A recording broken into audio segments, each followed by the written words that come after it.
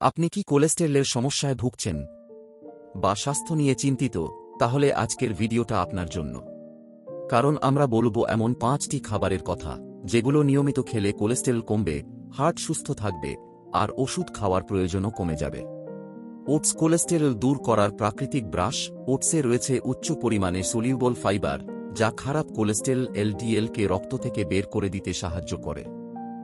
ব্রেকফাস্টে দুধ বা জল দিয়ে ওটস খেলে তা পেট ভরায় ও হজমেও সাহায্য করে। প্রতিদিন অন্তত 1 বাটি ওটস খেতে চেষ্টা করুন। মসুর ডাল ও ছোলা বাংলার প্রোটিন হিরো। ডালে আছে প্রচুর ফাইবার ও প্রোটিন। ছোলার মতো লিগিউম খাবার কোলেস্টেরল শোষণে বাধা দেয় ও এইচডিএল ভালো কোলেস্টেরল বাড়ায়। সপ্তাহে অন্তত 3 থেকে 4 বার মসুর ডাল বা ছোলা খাওয়ার অভ্যাস করুন। চটজলদি হেলদি স্ন্যাক্স হিসেবে ছোলা স্যালাডও খেতে পারেন। রসুন ছোট খাবার, বড় উপকার।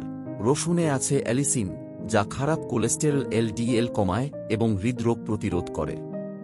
খালি পেটে 1 কোয়া কাঁচা রসুন চিবিয়ে খেলে সবচেয়ে বেশি উপকার পাবেন। তবে গ্যাস্ট্রিক থাকলে চিকিৎসকের পরামর্শে খান। বাদাম হৃদয়ের বন্ধু। আমন্ড, আখরোট, কাজু এসব বাদামে রয়েছে হেলদি ফ্যাট ও অ্যান্টিঅক্সিডেন্ট। এগুলো এইচডিএল বাড়ায় এবং ক্ষতিকর ফ্যাট কমাতে সাহায্য করে। তবে পরিমাণে খেতে হবে। দিনে 5 থেকে 6টি বাদামই যথেষ্ট। ভাজা বা নুন দেওয়া বাদাম নয়, খাঁটি ও আনসল্টেড খেতে হবে। আপেল ও বেদানা সুস্থতার ফল। ফলের মধ্যে থাকা দ্রবণীয় ফাইবার শরীর থেকে কোলেস্টেরল বের করে দিতে সাহায্য করে। আপেল, বেদানা, নাশপাতি এসব ফল রোজ 1 বা 2টি খেলেই যথেষ্ট। সঙ্গে সঙ্গে শরীরে অ্যান্টিঅক্সিডেন্টও বাড়ে, রোগ প্রতিরোধ ক্ষমতা বাড়ে। বন্ধুরা, শুধু ওষুধ নয়, সঠিক খাবারই হতে পারে কোলেস্টেরল কমানোর সবচেয়ে সহজ ও নিরাপদ উপায়।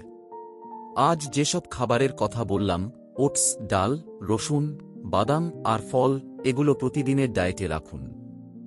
আর ভিডিওটা ভালো লাগলে একটা লাইক দিন, আপনার বন্ধু বা পরিবারকে শেয়ার করুন। আর এমন স্বাস্থ্য বিষয়ক আরও ভিডিও পেতে আমাদের চ্যানেলটি সাবস্ক্রাইব করতে ভুলবেন না। সুস্থ থাকুন, ভালো থাকুন।